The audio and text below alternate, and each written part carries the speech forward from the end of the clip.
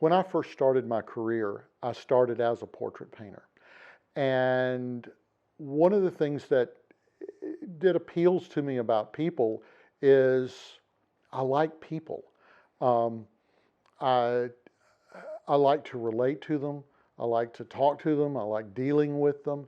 And so most of my career I did spend isolated because that tends to be what happens to artists as we get isolated in our studios. But nonetheless, I still like interacting with people. And uh, just being out in the woods, and I grew up in the woods, but just being out alone in the woods just to me gets tiresome. And I like inanimate objects. I like buildings. I like cars and things like that. But at the end of the day, they're still just inanimate objects. And so they don't have the same appeal to me as people with personalities, with their own stories. Um, and a good portrait tells a story. It's not just creating a likeness. It's in some manner, you're looking for something that can relate something about that person. And if I could tell you a story about one of the portraits that I did years ago, I did a group portrait of three brothers. And they were really nice, they were sweet to me. And a couple of years later, I got a call from a stranger who said, "Mr. Wilson, you don't know me, but you painted the three so-and-so boys. One of them just died in a car crash. And I wanted to let you know that after the funeral, the mother came home and she just sits in front of that portrait. After the funeral, she just came and sat in front of the portrait, and it's a big life-size portrait. And she said for the past, several months, she goes to work, and then when she comes home, she just sits and looks at that portrait. If you do it right, a portrait conveys something of the personality of that person. There's a weight and a feeling, a gravitas to it that, especially a snapshot, just won't capture. I got a call. I paint, especially when I oil paint, I clean my brushes with soap and water every day at the end of the day. And I will never forget this. I was at the sink cleaning my brushes and I get a telephone call. And so I answer the phone and a lady says, "Are you the Bill Wilson that wrote The Fib, A Wordy Tale?" And I said, "Yes, ma'am." And she said, "Well, I bought your book at Christmas at a venue you were at. I gave it to my daughter to read to my granddaughter, who's about 2 years old. And I bought the book about 3 months ago. And she said, my daughter called me 2 nights ago and said, 'Mom, I hate this book.'" And my stomach literally just kind of lurched. And I thought, okay, well, thanks for calling. And but then she continued and she said, my daughter said, "Mom, I read this book to whatever the granddaughter's name is, Christmas Day, and she fell in love with it. And she refuses to go to sleep without me reading this book every single night." And it's a little complex to read. It's got a lot of big words. It was specifically done for that, for the sort of fun tongue twister words. And she said, "Mom, I've read this book every night for 3 months, and I can't get her to read anything else. It's got to be this book. And I hate it."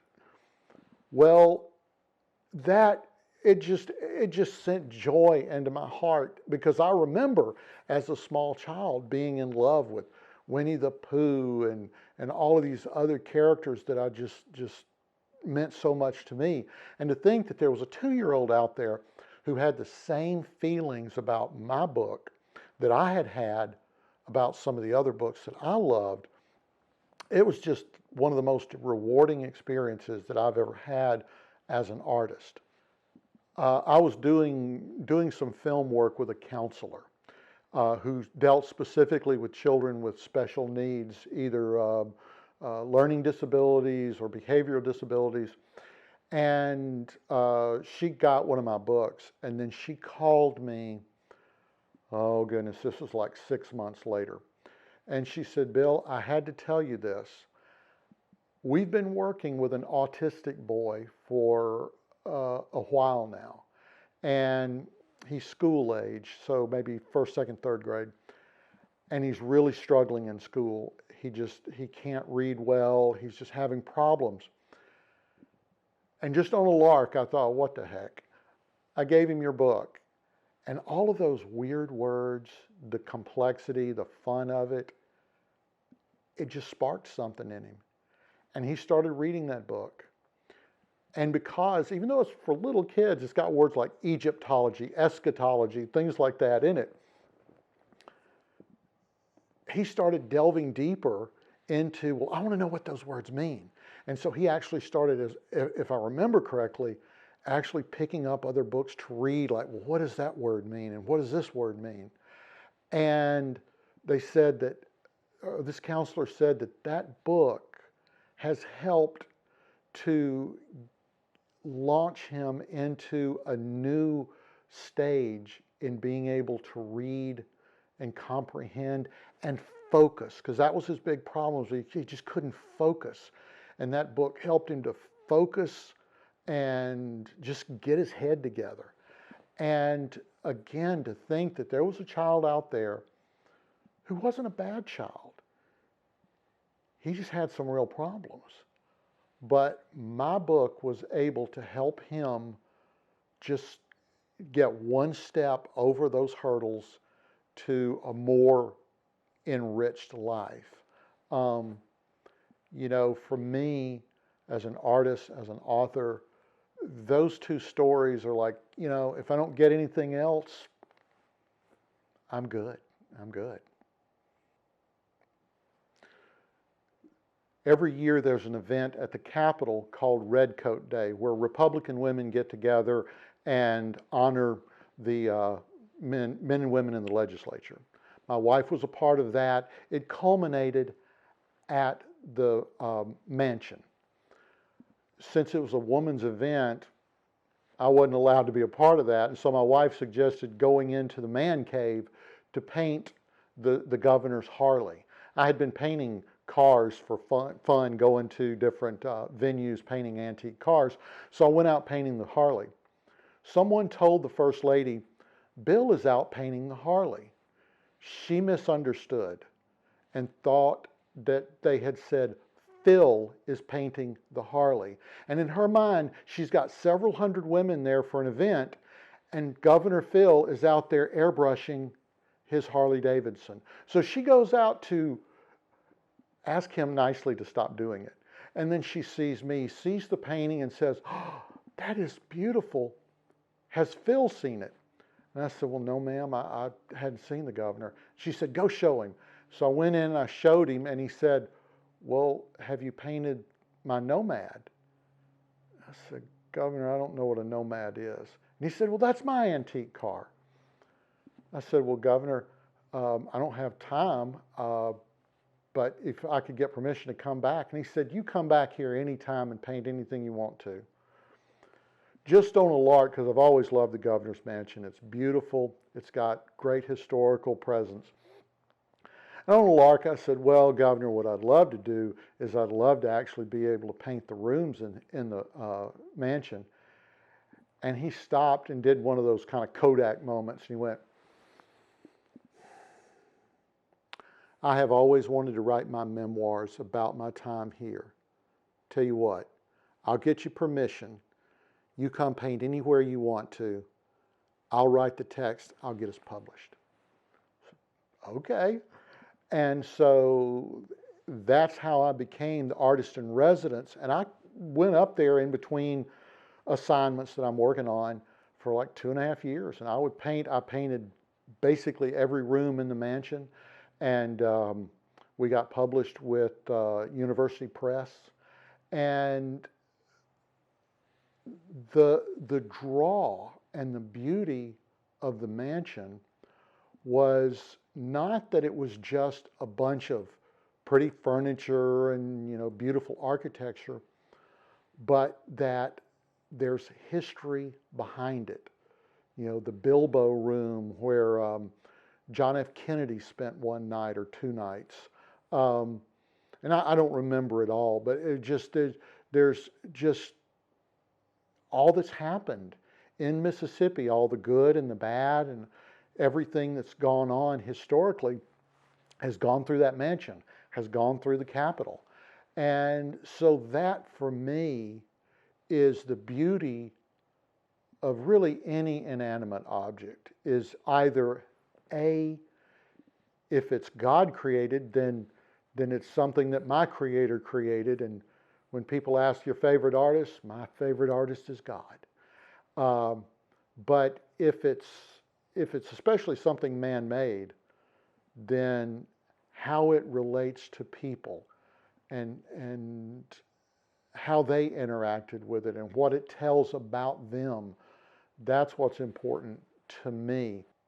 In the illustration and political arena, one of the jobs that I have is I am the art director for the American Spectator magazine. One of my main jobs is doing a bulk of the illustration work for the magazine.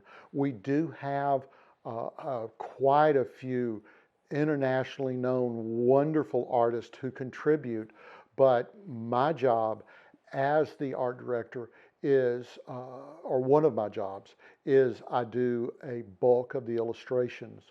One of the reasons why is that A, I'm exceptionally fast. Not all painters are as fast as I am. It's not bragging, it's just that's part of what my job is that I got to be fast. And the other is that I'm very versatile. Again, not a whole lot of even illustrators are able to work in a vast number of mediums and styles. I am. That's part of what I directed my career toward. So just my ability to be fast and my ability to take on many coats, many roles, makes it ideal for me to do many different illustrations in a plethora of styles. And so that's been my strong point at the magazine. My advice to anyone in the creative world, whatever endeavor you're going to try to do, is yes, talent is important, but talent is less important than relationships. If you're going to be in the creative arts, if you're going to be in illustration, if you're going to be in the movie industry, if you're going to be in any of the creative industries that require you to interact with people, then you need to interact with people. And that means going places, being there. I don't know if it'll make the cut, but when I talked earlier about my book with the governor of Mississippi, I was at the right place at the right time. And it wasn't that I would just accidentally happen to be there. My family and I are very involved in politics. And we have relationships with lawmakers. And so we are on a regular basis involved with those people. Well, naturally, it would come up that if the governor or a legislator or anybody wanted something like a book done, they would come to me, at least first, because I might be the only artist they know. Now, of course, then you've got to have the talent and the gravitas that someone's going to look and go, well, I like your work enough that I would want to work with you. But that being said, I've worked on movies where I was the warm body, and I was actually working on a movie last year, and I was doing something behind the camera. I didn't even want to be on the camera because I was enjoying doing what I was doing behind the camera. But they needed someone to be on camera with the movie stars. And if you check the movie out, it's called The System with Tyrese Gibson and Terrence Howard, two big stars. It wound up that they said, Mr. Wilson, we need you to be in this movie. We need you to play a part. And I did. And it wound up that I was actually in a number of scenes. The only way that would have happened was that I was there. And so if you want to, whatever you want to do, go out and meet people and get with people and be in their industry, be with them. That's the main thing, because it's like in dating. There's Mr. Right and there's Mr. Right now. And you can sit around in your room and be Mr. Right all day long and be by yourself. But if you're out there mixing with the ladies, eventually you'll be somebody's Mr. Right now because they ain't nobody else.